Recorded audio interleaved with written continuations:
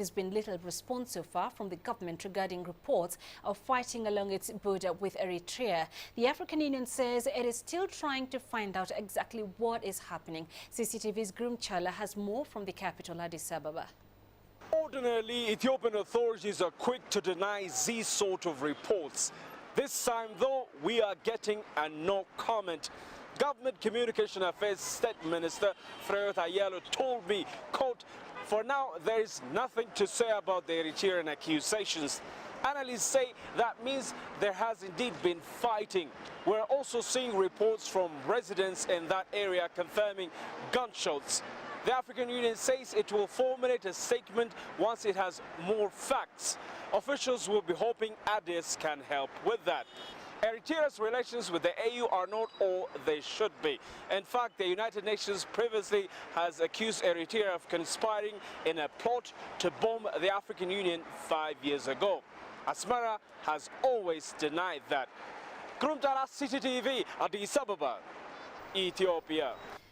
Reports of the fighting emerged just days after Eritrea celebrated independence. It broke away from Ethiopia 25 years ago following a long, bloody war. But the two have never agreed on their border, and that's often been an excuse for more fighting. CCTV's Soni Methu has more. Thank you, Penina. The flashpoint this weekend looks to be Sorona, just inside Eritrea. A disagreement over who owns that town and the town of Badme triggered a war back in 1998. An estimated 70,000 people were killed. The fighting ended with the Algiers Agreement 2 years later. Addis and Asmara sent their dispute to an international commission for arbitration. They agreed to accept its ruling as final and binding. The commission put both Sorana and Badme inside Eritrean territory. Ethiopia rejected that ruling and then demanded more talks. And it's since refused to hand Badme back. There have been border clashes since then. In 2012, for example, Ethiopia sent troops into Eritrea to attack alleged subversive groups. Both sides accuse each other of supporting rebel groups. So relationships between Addis and Asmara are strained, to say the least. Eritrea says that's one reason it's kept national conscription. That can last for decades. And it's prompted many Eritreans to migrate. Back to you. Well, thanks very much, Soni. Let's discuss this further. With me in studio is the Eritrean ambassador to Kenya, Ambassador Beyene Rusom. Thank you very much for joining us, Your Excellency. So Ethiopian authorities have remained silent on this issue, but why is your country accusing them of attacking your territory? Finally, they have come to speak.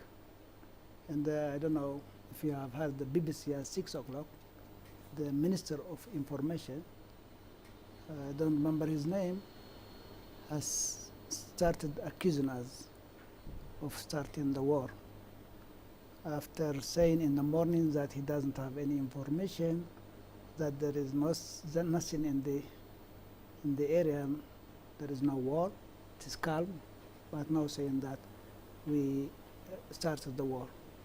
But the truth of the matter is that, the Ethiopians want to seize the opportunity of this going on campaign against us by the Commission on Inquiry of Eritrea, accusing us of baseless accusations. It is a political campaign, and they want to synchronize it with a military campaign, which they failed drastically, were pushed from our area and back to their base. So they did start the war. They took the offensive yesterday, as always, which is a flagrant violation of the international law. And all the responsible journalists must be able to condemn them, and in the international community as well. First and foremost, they are within our country.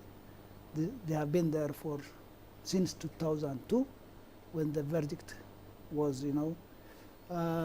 given by the Eritrean-Ethiopian Border Commission on the border conflict. They should have withdrawn their forces long time ago. They are still there. They want to push further. And as I said, to seize the opportunity on this political campaign and do their military campaign. If they succeed, go further. And as always, as the late Meles Zenawi has been saying several times, and which has been repeated by the present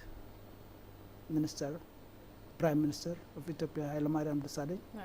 the regime change of Ethiopia, that is their ultimate objective, which they will never be able to do that. But the two countries, Ethiopia and Eritrea, are neighbors. Why is it so difficult for the both of them to have a sit down and dialogue on the issues and perhaps even find a lasting solution? That was our objective, you know, that was our dream of living peacefully with our neighbor, bigger neighbor, Ethiopia. We fought together to topple the Mengistu regime, and you know, we were very hopeful when Meles Zenawi came to power, but which finally ended to be a minority regime which tries to impose its will not only upon Eritrea, just a wish, but which does in its own people. So a minority regime which cannot find peace in its own, among its own people, which tries, you know, to coerce its own people, the other ethnic groups, especially the Oromos, Somalis, the Afars, the southern people, you know, can never make peace with its neighbor. That is the nature of the regime. The minority regime does want to live peacefully with its neighbor Eritrea, not only Eritrea, but all the other countries. Okay, let's talk about the UN Commission of Inquiry that you mentioned earlier on in this conversation. And it's accused your country of crimes against humanity, including torture and rape. That commission says that is why Eritrean citizens are fleeing the country in their thousands. What is your response to that? Oh, you should have given me more time for this, you know, because this commission of inquiry shouldn't have been there from the very beginning.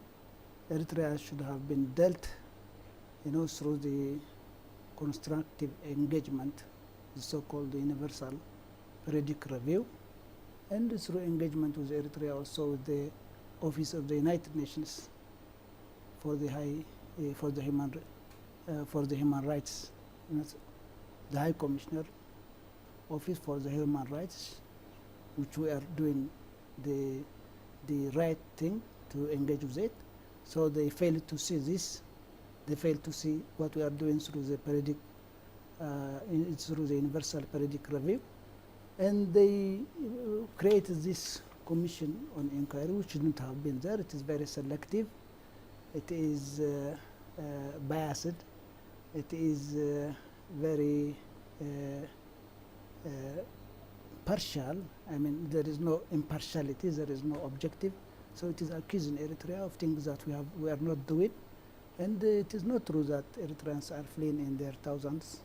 If you have been following what the Migration Office have been producing results recently, you know, last year totally it was only 800 people monthly, but there is always this accusation on Eritrea that about 5,000 Eritreans flee every month, which means from the day they started saying so, Eritrea would have been emptied its use by now. It is not true. It's only for economic reasons. When they are offered political asylum by these European countries.